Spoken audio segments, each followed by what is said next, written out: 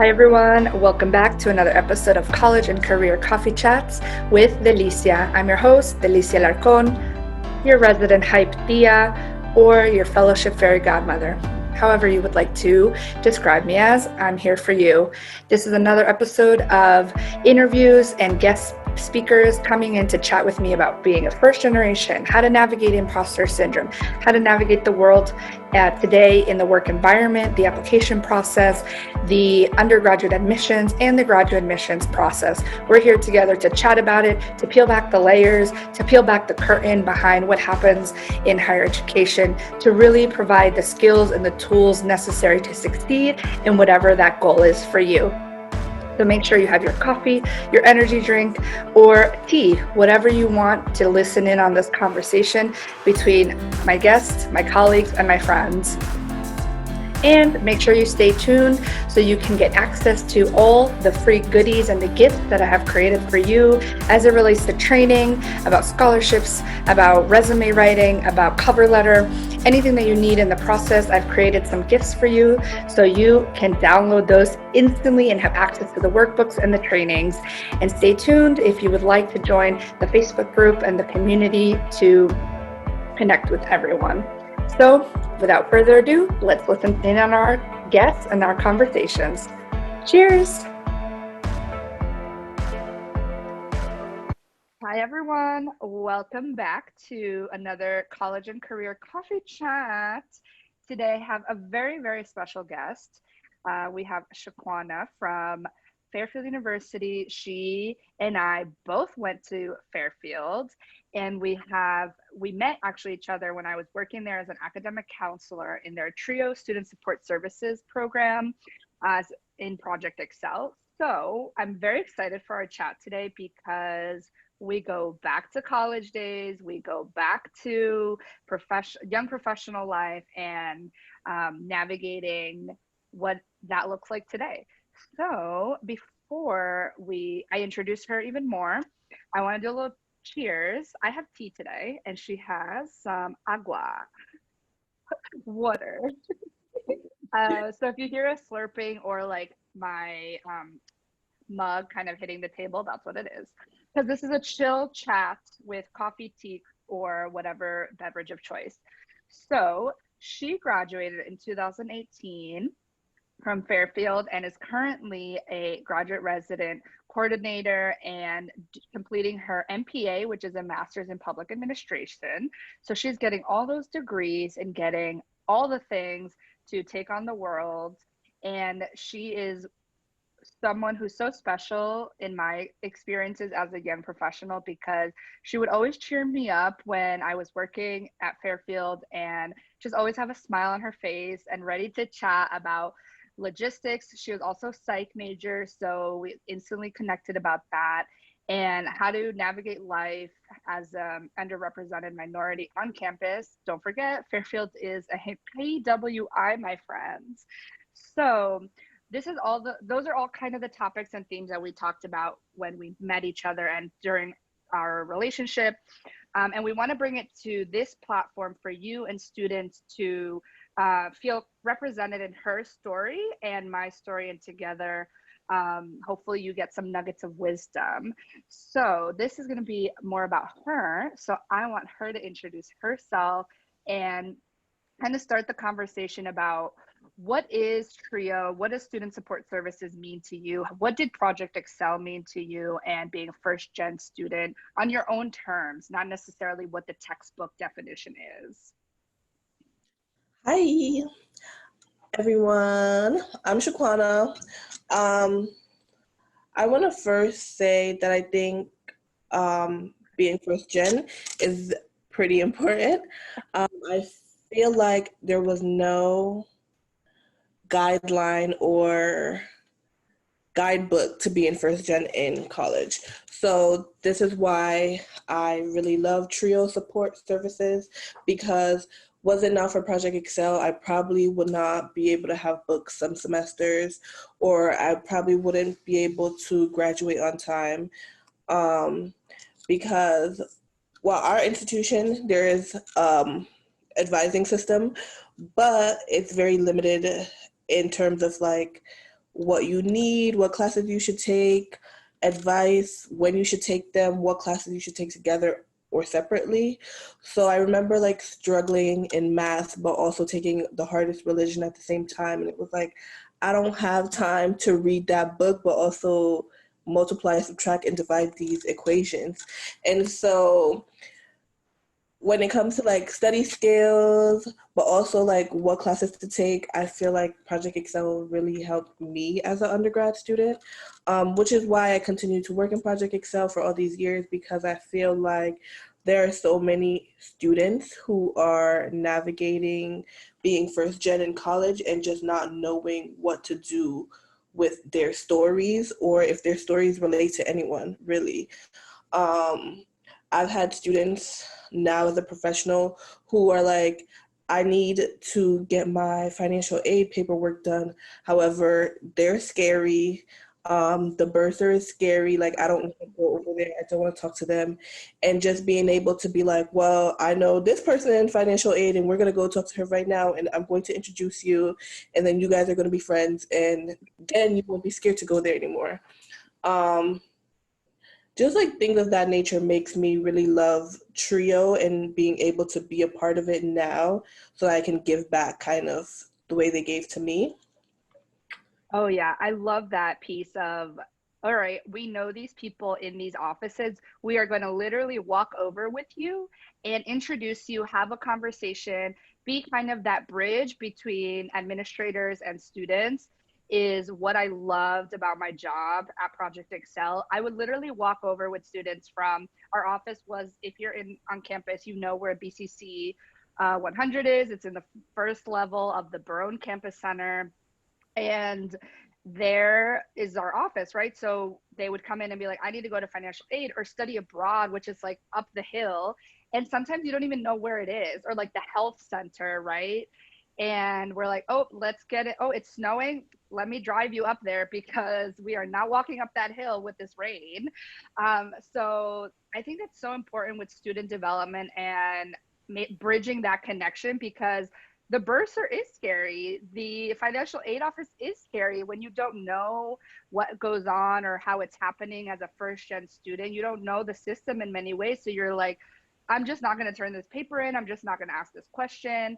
But then you get kind of screwed over in a way because you're not advocating for yourself in that way. And you can be missing dollars to your financial aid package, or you missed a deadline with the bursar and that has a fee or like financial repercussions. So I love that you're continuing kind of that bridge to be like, let's go, we're friends, we're going to make this happen. Right. I feel like, and it happens so much across campus, it's just not like talked about, but also like first gen students of color who need mental health services, but they're scared to go to the health center because of the stigma around getting help. Mm-hmm. Um, I just see it happen across campus, or like sometimes it's like small, like relational. Like I had an interaction with this one person and they were not nice, so I'm never going back to them. But you need Mm-hmm. them throughout the journey. So like, how can we get you help with someone that you do like in that office, or Mm-hmm. work on repairing this relationship that was damaged when that person said something to you that you perceived as negative, but probably was not meant to be that way. Mm, true. Yes, because sometimes administrators speak in like their office terms and that might not connect with the first year student or second year student, and then they get scared and they're just like X on that person. I love the piece about mental health because I remember I had a student once that came crying into my office, and I was like, what's going on? I'm not a licensed therapist. Like, I can de-stress you and de-escalate you, but then we got to talk about this, what's going on. So, and she was terrified of going to the mental health advisors, I mean, the therapists on campus. And that's why the diversity office started bringing therapists into the office to have sessions there to de-escalate that barrier. But anyways, that was before this happened on campus. So I took her, and she was so scared to go into the office because of the barrier of not knowing who they were. So I sat in the office waiting for her to have her session, so she knew someone was supporting her from that. Because like for confidentiality reasons, I couldn't go into the session, which is totally fine. But she still wanted me to sit and wait for her outside, so then we can walk down or drive back down to Barone Campus Center to kind of debrief that also. So I think people like you who are still on campus that can do that is so important to bridge this retention gap with students. Right. I had the same experience where I had to bring a student and wait for her in the waiting room. But then I also started to think about my experience in undergrad and how many times I ran back to my room, crawled into my bed when I should have really been going to go talk to a therapist. But no one, I felt, well, at least my first year, I felt like I had no one that was really supporting me in that way. And also I had my own negative connotation when it comes to seeking therapy. So I just thought, like, in the office while I was waiting for that student, I just thought about how I wish I had someone to do this with me in college. Yeah, absolutely. Yeah, because I went when you were a junior, I was at Fairfield, so I didn't know you as a first year student.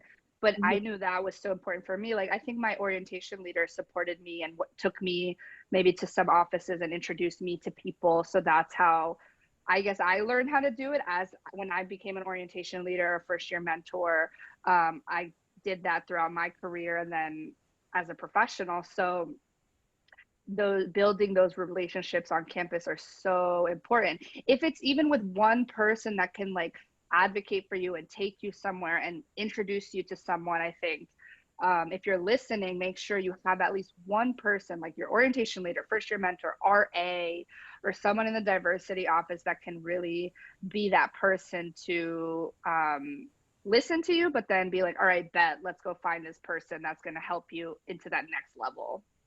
Right. Because I feel like sometimes the next level is what gets skipped. I loved Ray my first year, but I just wasn't telling her my business because I was like new to campus and I just didn't trust issues periodically. So I was love her. She seems great, but not telling her my business. Not gonna tell her that I'd be crying at nighttime. Like, that's for me to know and for nobody else. Right. Yeah. And that's building that trust and that community on campus. And I think both of us that were on kind of like the other side of graduation, you're pursuing your master's, you're on the like professional side of supporting students now.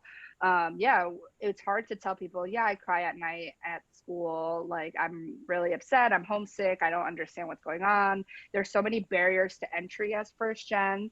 But know that there are people who are rooting for you, that want to support you, and finding out who those people are.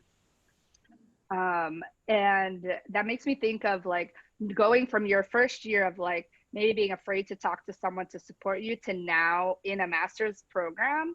How did you make that transition from undergrad to a master's program and killing it now? Thanks. Thanks, as I struggle.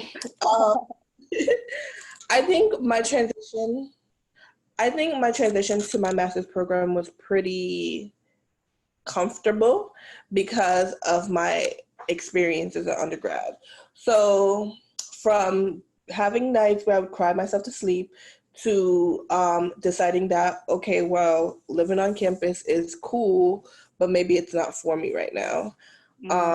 To transition into being a commuter student where I had to like literally be in the commuter lounge, be in the lower level, communicating with people, getting to know people. That really helped me in my transition now because I learned how to like talk to people. I learned how to ask questions. I learned different things about campus that I didn't know just from being a residential student. Which is why when my first year in my master's program, I was like, I wouldn't say struggling, but I was having a challenge with imposter syndrome in my classes because everyone was white or everyone was older than me, I felt like I did not belong. Which I didn't understand how much of an effect that was really having on me when I was going to classes and experiencing classes and being scared to talk in class. Because I have not, like, I'm pretty outspoken. Like, I don't have saying how I, Yeah. but I noticed that I would, like, kind of revert back into a shell and not participate as much. Mm-hmm. Um, and so I think I just was like, whoa, wait, like I can't, like, what am I doing here? Like, how do I fix this feeling that I'm feeling? And what is this feeling that I'm feeling? Because I did definitely experience imposter syndrome before undergrad. However, nothing like this, like the level Mm-hmm. that this feeling was. And I think it's because like everyone in my classes were older than me. They had like families. A lot of their experiences that they would share would be about their kids and stuff of that nature. So I was like pretty overwhelmed.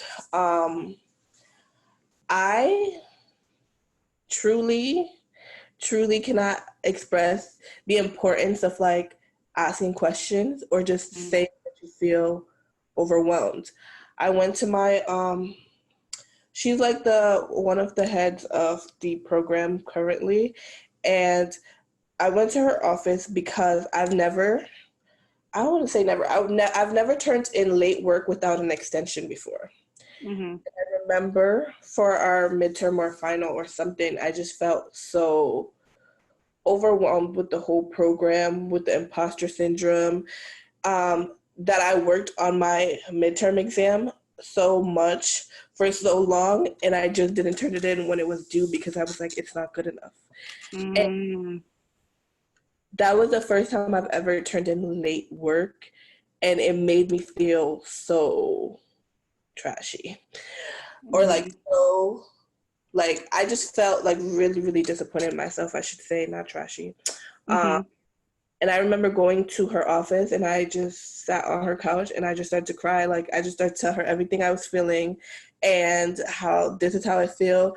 This is why it was late. I know it's like not acceptable and I'm not trying to make excuses, but you should know that this is how it feels attending your class every week. And this is how I feel handing in work to you because I'm always second guessing my work. And even though it's done on time, I handed it in late because I was like, it's not good enough and I have to redo it and I have to redo it and I have to redo it until it's good enough.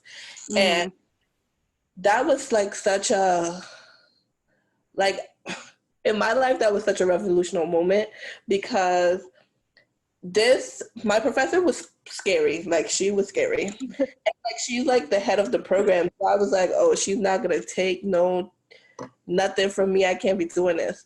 Um, And then she sat like I didn't expect her to react the way she reacted, but then she reacted so well to me crying out. I was just like, wow, thank you.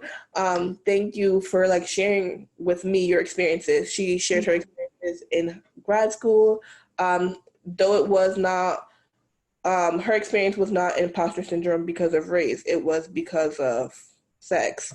And that whole thing just made me feel so much more grounded in my program. Granted, I don't think I should have pursued an MPA. I think I should have Mm-hmm. a medicine degree or a social work degree because that more Okay. fits my background and the things that I want to do with my life. Mm-hmm. But that moment with that professor made me feel like, okay, I can finish this program. Mm-hmm. It's okay to second guess, or it's okay to feel overwhelmed in this space, but like what can I do to ensure that those feelings don't affect the work that I'm producing? Mm-hmm. Absolutely. There's so many layers to that experience because, well, two things. Number one is, if you heard correctly, Shaquanna is still in this program, so she is still processing it. And I think it's so important for listeners and students to understand that along your journey in undergrad and master's level is like, you're going to realize that maybe this is the right track or it's not the right track, and that's okay. Um, that you can change your mind and you can try to navigate those feelings while you're still in a program. And number two is this imposter syndrome that comes up at every single level of leveling up, right? So in undergrad, you're experiencing imposter syndrome to a certain level as first gen because you're like, wait, do I even belong here? Did I get in just because of Title VII?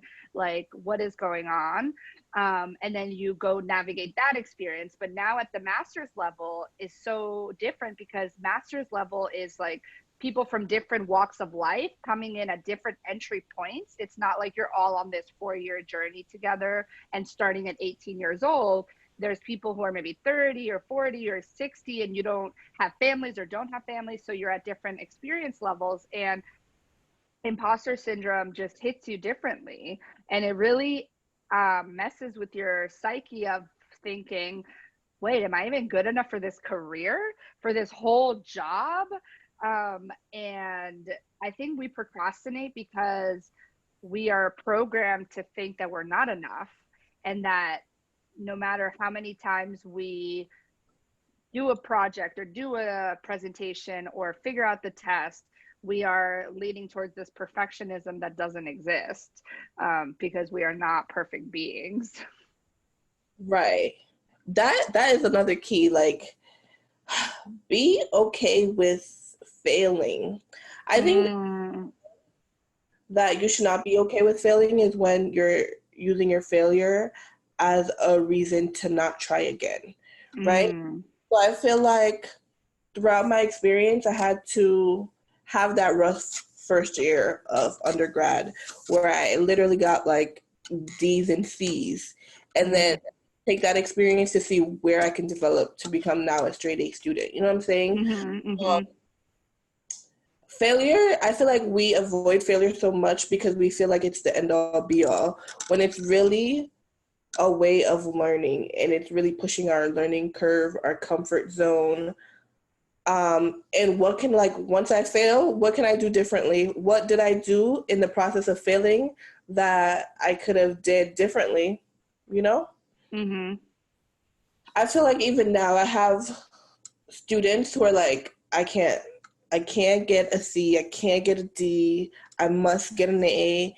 And I wish that they would reconsider, because I see them not get the A that they desire, and I see what that does to their self-esteem and their motivation.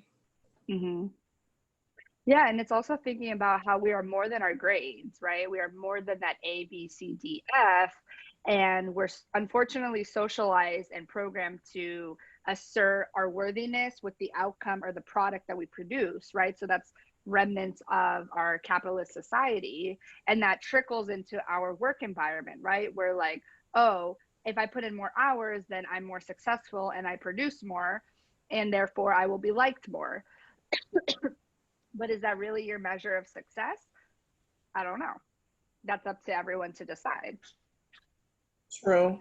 I remember having that as my measure of success my first year as a early professional, because I felt like the more hours I put in, because I'm younger, the more like people will see me as being able to do my job, or more likable I would seem.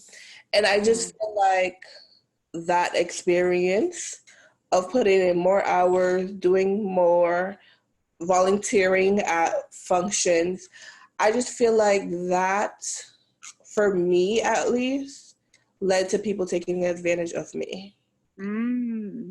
I would go above and beyond and do everything, and then I would be so tired at the end of the day. I remember I wasn't even like taking care of my health at one point because I wanted to be, I needed to be at the event. I needed to be doing the work because I needed to have that image of being put together professionally. And like, I remember like being, was that the same year? I remember like being in the urgent care, and it was like everything just kind of like stopped for me. It's like, no, you need boundaries. You need to check your email from 8:30 to 4:30, but you don't need to be checking your email 11:30 at night when you're trying to go to sleep.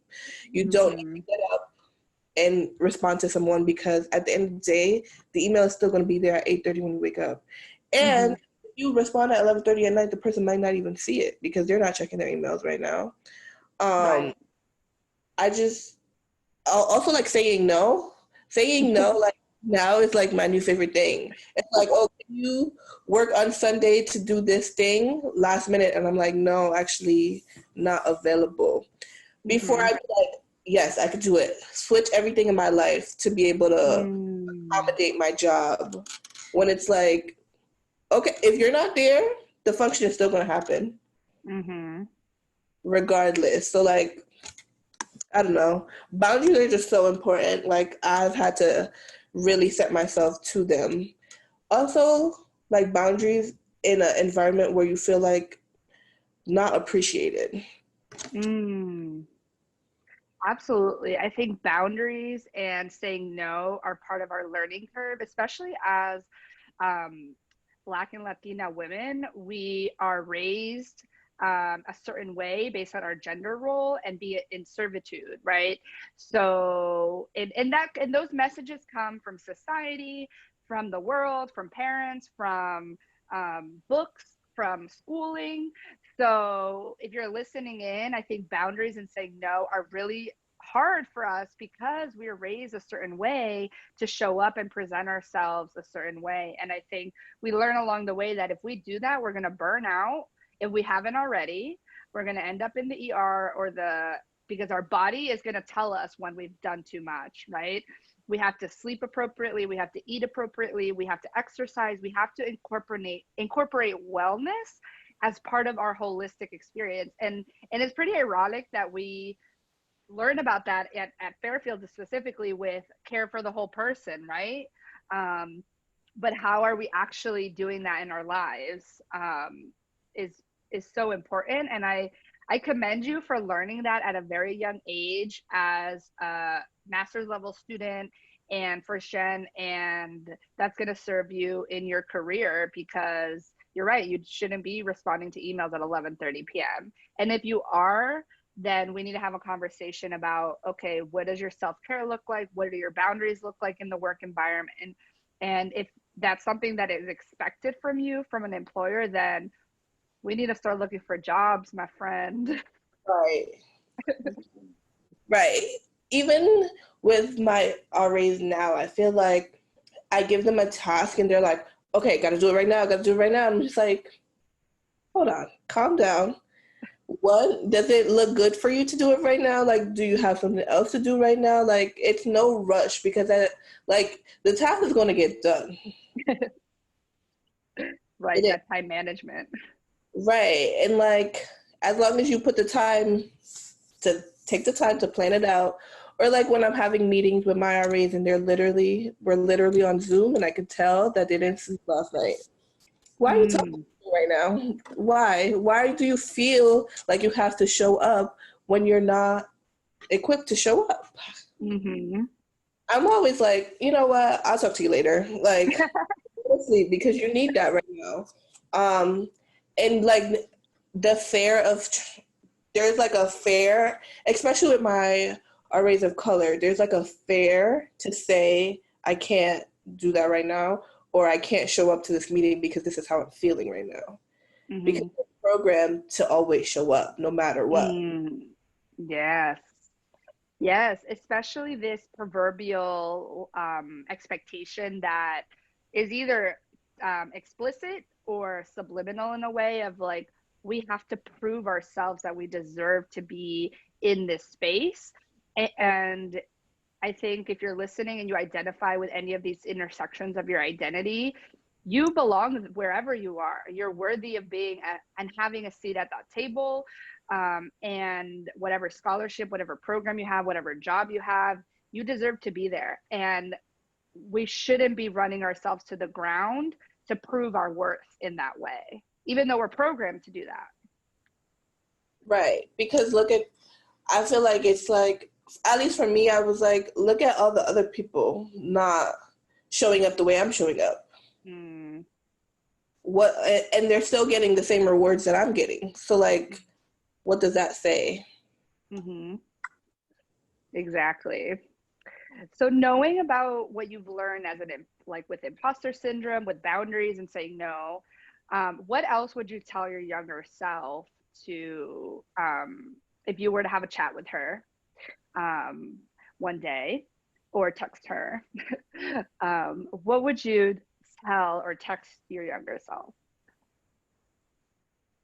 Um, I think I would tell my younger self that it's okay to ask questions and ask Mm, a lot of them along the journey, because I feel like a lot of my journey I was trying to figure out by myself when the answer was literally sitting somewhere down the line for me.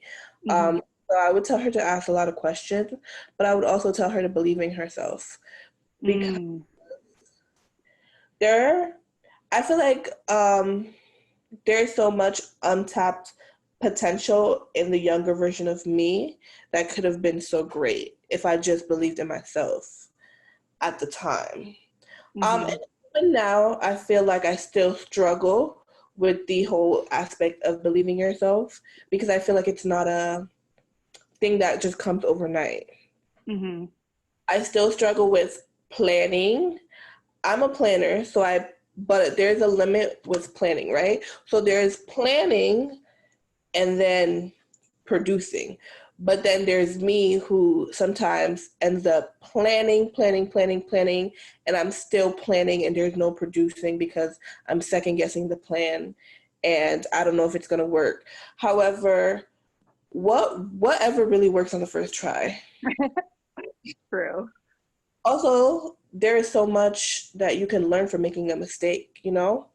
So that has been me for years though. Like I'll plan, and I will not produce anything because I'm still planning it. It becomes like a double-edged sword, I think. Yes, yes. There's some level where we have to, okay, this is ABC that we want to do. Okay, let's do it now. And then we'll learn along the way and like build the plane as we go. Because done is better than perfect, my friends. Right, progress not perfection. Yes. Tweet, tweet, tweet. I love it. Progress, not perfection. Done is better than perfect. We're going to write it down, my friend. If you're taking notes, that's a tweetable moment. That is the tweet. That is the affirmation that you're going to be okay. You're going to be okay. And along the lines of being okay, how are you doing now with higher ed and the moments of this pandemic, global revolution that we're experiencing here in the US? How are you feeling? What are you doing to stay sane in many ways? Um, well, I've been a self-care queen. Like that really is my thing. Okay, I Um, love it. I have my Friday night face mask. I have my feet up time when I just need this time to put my feet up, lay down and watch some YouTube videos. And I tell everyone, this is what I'm doing from this time to this time. Please do not interrupt me, because what I'm not going to do is take my face mask off to do something ridiculous with you when I need this time for myself. So I'm doing that, but also I just got home from a little mini vacation because I personally struggle with seasonal depression. Okay. Um, this is like my third real year actually recognizing why I'm sad during this time of the year. Um, Mm-hmm. so I took myself on a little mini vacation to a sunnier spot to get the raise that I need to be able to continue to be here and do this work that I do. Um, right now in higher ed, it's very, I feel like what is the correct word? I feel like we, right now, at least currently, there's a large struggle of engagement all around. Mm-hmm. And I mean, I wasn't our race, so like we used to have the programs, and everybody used to come. Everybody wanted food. Everybody wanted to paint a mug so that they could take it home with them. And so me, along with my RAs, we are really struggling right now when we have programs and no one shows up. Mm-hmm. And that is such a shift, I feel like, because, especially because I'm in a, currently I'm in a first year building. First year and sophomore, it's a mixed building. I've been in the sophomore building and I've been with upperclassmen throughout my professional journey. And literally, this is the most disengaged group I've ever experienced. Wow. Coming to programs, and it's just, I don't know. My RAs are taking it really hard, which I understand because I have 2 new RAs on staff. And everyone else is like a returner. And the returners are used to people coming to their programs, people needing them, people talking to them, people at least saying hi in the hallways. And this is just such a shift, I feel like. Mm-hmm. It's been really hard. Like every week I'm like brainstorming a different way to try to engage them. So where it was a lot of Zoom, I was like, all right, we can't do Zoom no more. I was like, we can't email them no more because they're getting a lot of emails from different aspects of the campus. Everyone wants to be on a virtual meeting with them. We can't, all of that, we have to trash it. Mm-hmm. So then we started to use social media engagement, which I feel like is working a little bit more than the first couple of weeks. So I've been very active on our building page. I've been posting all the programs, and now the expectation has shifted, right? So it's like before, if 10 people came to my program, it's lit, I'm lit, and if more people come, it's lit. Now it's like if 2 people, 1 person shows up, then it's really lit. So like, what can we do to engage that 1 person so that they could tell a friend the next time there's a program? Yeah, that engagement piece, because we're all zoomed out and Zoom fatigue is real, just like in-person events can give you fatigue. And that expectation to have students on like a screen all day is not realistic. Like it's gonna hurt their eyes, it's gonna hurt their back because they're sitting down so long. Like the Blu-ray glasses are in because you want to protect your eyes. And also like headaches from like just staring at the screen all day. I think people maybe don't realize when we first started this whole shelter in place situation, they're like, oh, let's engage online, let's do it. But it's like 7 months later, and hold on, we need to rethink this whole model. Right, right, because the students, if I'm Zoom fatigued, I know the students are Zoom fatigued. Mm-hmm. So I don't really blame them when they don't show up to a program. Yeah. You know? Yeah. It's like, also like now that we're like 7 months out, we have different ways of engaging socially distant, which is great because now we have the in-person happening on campus. But with so much uncertainty, it might be easier to just stay in your room because currently here on this university campus, we work in a phase model. So it's like green phase, red phase, blue phase, purple phase, shutdown. Like, you know what I'm saying? So we are in like, I think we're in the orange phase, which is high mitigation phase to kind of ensure that the cases on campus are decreasing. What that means is like people can't come into this residence hall.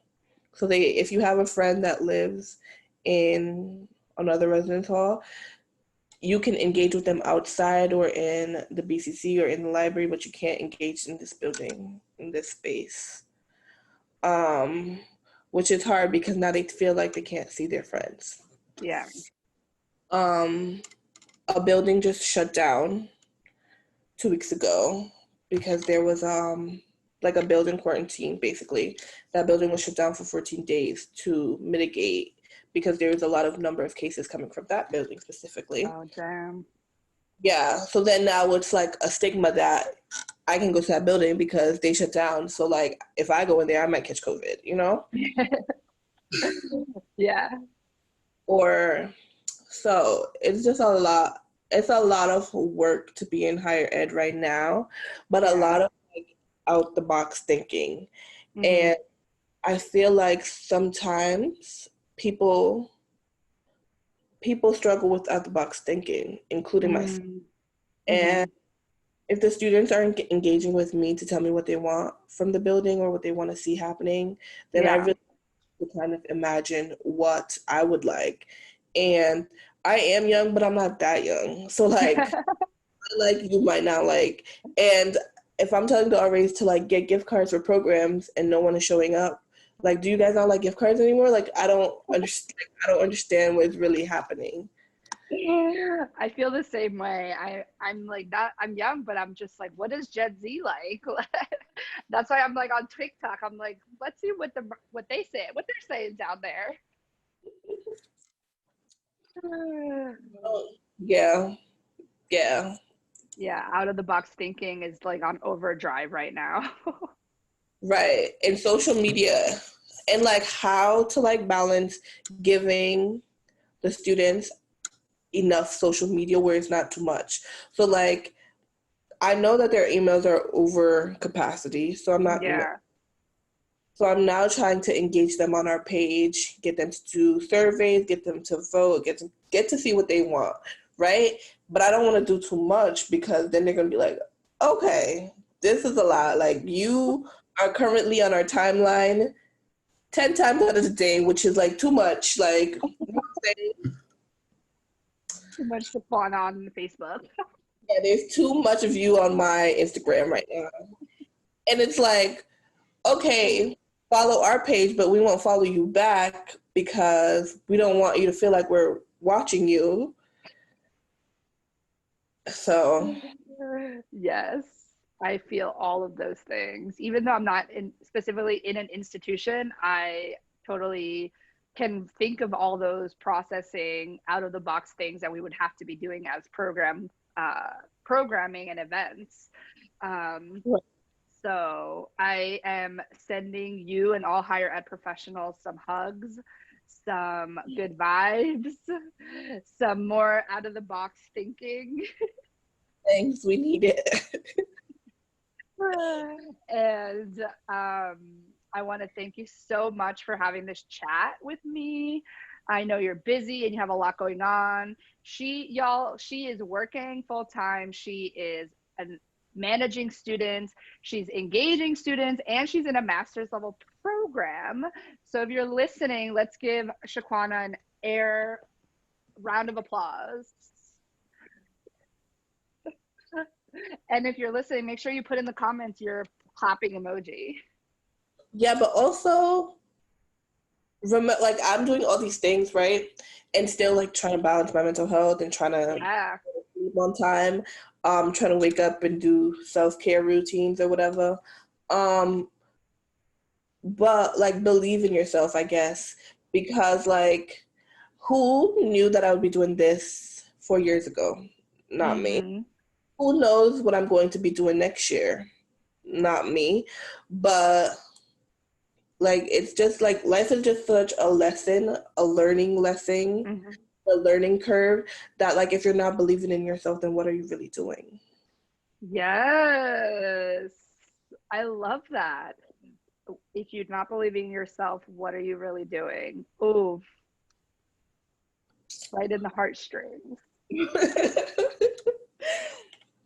That is We're my motto.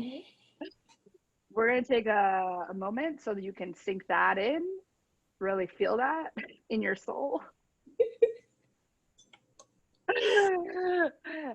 I was gonna say, is there any last thing you want to bring to anyone listening? But I think that was it. I think that was the heartstring, That was the gem.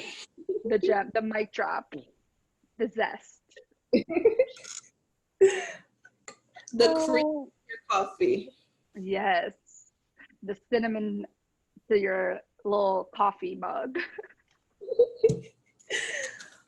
Um, Well, thank you so much, Shaquanna. I love this chat.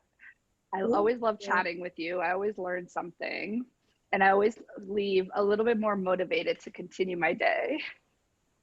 Oh, thanks. You know I'm always chatting. Yes. I guess motivation is really my thing. Yes, yes. So if you are listening and you made it to the end of our chat, make sure you like, subscribe, share, leave your favorite parts in the comments, and let us know what zest. What? And give us some advice, because I feel like we can learn from you just as much as you learn from us. Exactly. Let us know what you learned, what you take from this conversation. Make sure you follow Shaquanna on social media, subscribe to her channel. She always is dropping gems on her pages. So give her some love too. And I'll put everything in the show notes so you know exactly where to find her. Thank you. You're welcome. Ciao, ciao. Until next time. Until next time, I can't wait to do it again. Yes. Come back for part 2. Wow, my friends, we made it to the end of another amazing episode. If you enjoyed this episode and learned something, please make sure that you rate, review, subscribe, and let us know your biggest takeaway from today's episode and commentary on your biggest learning. If you would like more information about the person that I interviewed and the guest, make sure you check out the show notes where all the information will be there on how to reach them, learn more about their work. And if you would like to work with me, please check out the website www.deliciaalarcon.com/services, and that's where you will learn how we can work together. You can add me on Instagram, Delicia D. Alarcon, where we can chat and connect that way as well. So I hope you enjoyed this episode, and cheers to the next one. Again, I'm Delicia, your host for College and Career Coffee Chats, or your resident hype Tia. Until next time, my friends, cheers.